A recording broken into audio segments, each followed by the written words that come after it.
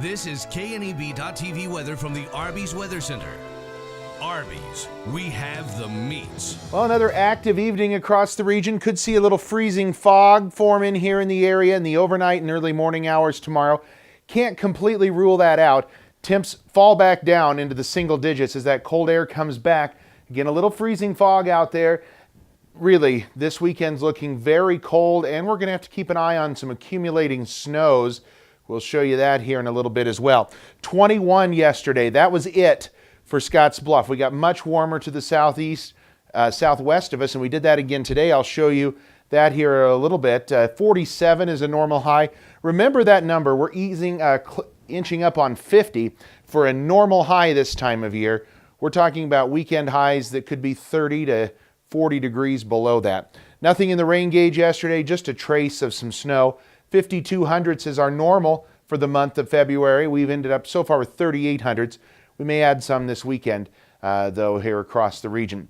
Temperatures right now, take a look at some of this milder air. It's worked its way into Scotts Bluff, 38 here, 40 in Lyman, 11 in Valentine, 8 in Norfolk.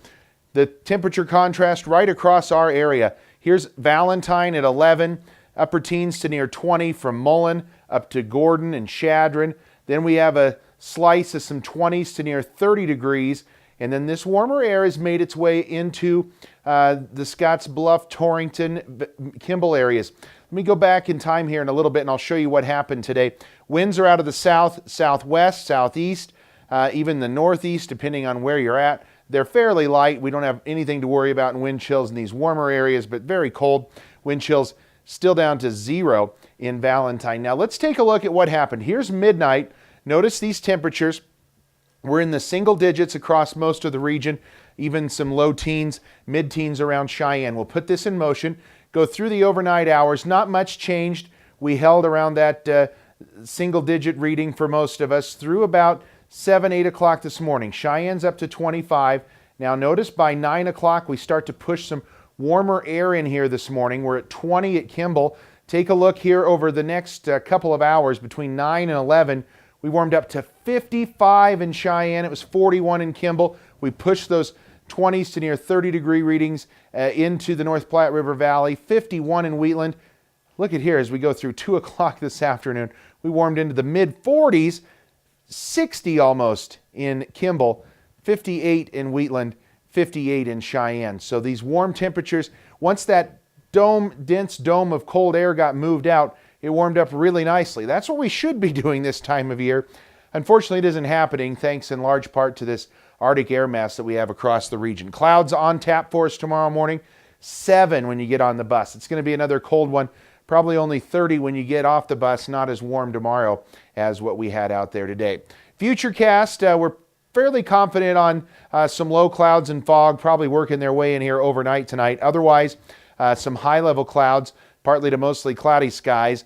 Lows are going to primarily be in the single digits. The exception is Cheyenne over to Wheatland. Otherwise, single digits, a few below 0 readings. Again, tonight, not out of the question. Tomorrow, we're going to start the day sunny to partly to mostly cloudy, and we'll stay mostly cloudy, I think, throughout most of the day tomorrow. And we're going to see the clouds work its way back in here tomorrow afternoon into tomorrow night. Snow should stay off to our north. Another dry day tomorrow, and really not a terrible day. We're just not going to be able to mix, I think, the warm air down as much as we did today. 43 in Cheyenne, near the freezing mark from Torrington to Scotts Bluff down to Kimball. 20s across the middle portions of our region, and once again, teens up around Valentine. And we want to show you what's coming, though, in our extended forecast. Here's Thursday afternoon into Friday, Thursday night. We start to see by Thursday night some rain mixing with some snow showers. Then Friday, this system gets really going. This system from Thursday into Friday going to primarily be focused off to our north.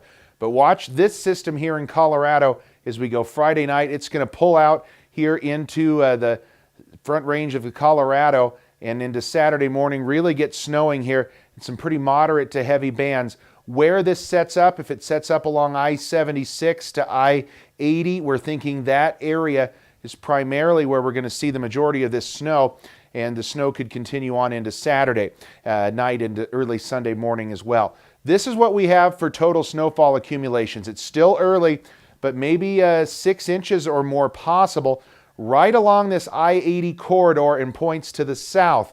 So if you have travel plans this weekend that take you down into Colorado, you're going to want to keep an eye on that. But still, all up into our area, some accumulating snows possible with this storm system as we go the Thursday, Friday time frame, and then especially Saturday is when I think we'll see the majority of our accumulating snow. Freezing fog possible across the region. Another cold night, 6 degrees for a low. Any morning freezing fog will burn off. It's going to be mostly cloudy. Much colder tomorrow, highs only around 32. And as we look at our 7-day forecast, again, I think Saturday would be the day for accumulating snow. Late in the day on Friday. May still see a little lingering snow around on Sunday as well, but look at those temperatures. Absolutely take a nosedive this weekend. Highs only in the teens. That's 30 to 35 degrees below normal for highs this time of year. And both Saturday night and especially Sunday night, I think we'll have chances to dip down below zero. Highs only rebound into the low 20s to start next week as we stay cold and really quite active here in a very interesting weather pattern that looks like it's going to stick around for the better part of the first half of March.